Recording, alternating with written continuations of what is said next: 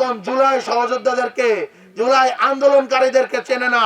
তারা চেনে গুলশান, তারা চেনে মগবাজার, তারা চেনে বাংলা মোটর। গৃহযুদ্ধে যারা বিজয়ী হয় তারা ইন্ডেমনিটি পায়, গৃহযুদ্ধে যারা হেরে যায় তারা শাস্তি পায়, যারা গণহত্যা করে তাদের বিচার হয়, আর যারা বিজয়ী হয় তারা রাষ্ট্রের ক্ষমতা নেয়। বরঞ্চ দেখা গিয়েছে ছাত্ররা তো রাষ্ট্রের ক্ষমতা নেয়নি, তারা রাষ্ট্রের ক্ষমতা যে এক্সপার্টদের হাতে তুলে দিয়েছিল, সেই সো কল্ড উপদেষ্টারা এখন জুলাই সহযোদ্ধাদেরকে, জুলাই আন্দোলনকারীদেরকে চেনে না। তারা চেনে কোথায়? তারা চেনে গুলশান, তারা চেনে মগবাজার, তারা চেনে বাংলা মোটর। অথচ জুলাইয়ের যারা সামনে থেকে লড়াই করেছে, যারা গুলি খেয়েছে, আহতরা এখনো কাতরাচ্ছে। কিছুদিন আগে আমাদের ভাইয়েরা শহীদ হচ্ছে, এখনো হচ্ছে। শহীদের লড়াই এখনো সিলসিলা জারি রয়েছে, জুলাইয়ের শহীদের সিলসিলা। অথচ এখন পর্যন্ত আমরা কি দেখতে পাচ্ছি? উপদেষ্টারা এক একজন, আমরা শুনতেও পাচ্ছি, তারা সেফ এক্সিট নেয়ার জন্য বিভিন্ন দরবারে দরবারে আসলে এখন সারা দিচ্ছে, মাথা ঢুকতেছে, সেজদা দিয়ে বেড়াচ্ছে। কেউ যদি মনে করেন তারা সেফ এক্সিট নিতে পারবেন, তারা ভুলে যাচ্ছেন হাসিনার এক্সিটটা কিন্তু সেফ এক্সিট হয় না, সেটা হয়েছে পলায়ন। আপনাদের কপালে পালানোও জুটবে না, আপনাদের কপালে হেলিকপ্টারও জুটবে না।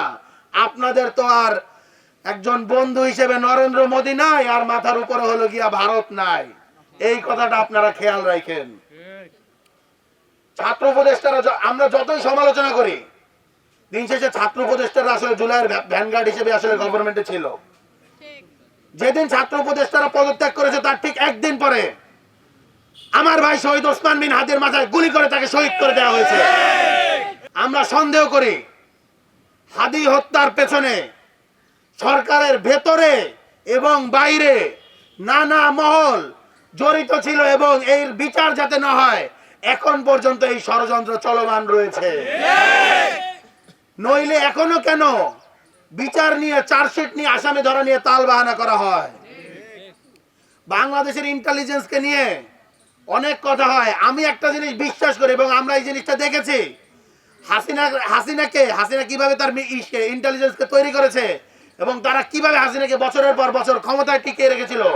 যে মিলিটারি ইন্টেলিজেন্স বিএনপির মতো এত বড় দল, জামাতের মতো এত বড় দলকে তারা নিঃশেষ করে দেওয়ার জন্য এই পর্যায়ে নিয়ে গিয়েছিল, তাদেরকে আসলে প্রত্যেককে জেলে জুলুমের মধ্যে দিয়ে ভয় দিয়ে শেষ করে দেওয়া হয়েছিল। তারা একজন আসামি ধরতে পারে না, এই জিনিসটা আসলে সন্দেহের উদ্বেগ ঘটায়। বরং আমরা সন্দেহ করি তাদেরকে আসামি ধরা তো দূর, তাদেরকে নির্দেশই দেওয়া হয়েছে আসামিকে যাতে না ধরা হয়।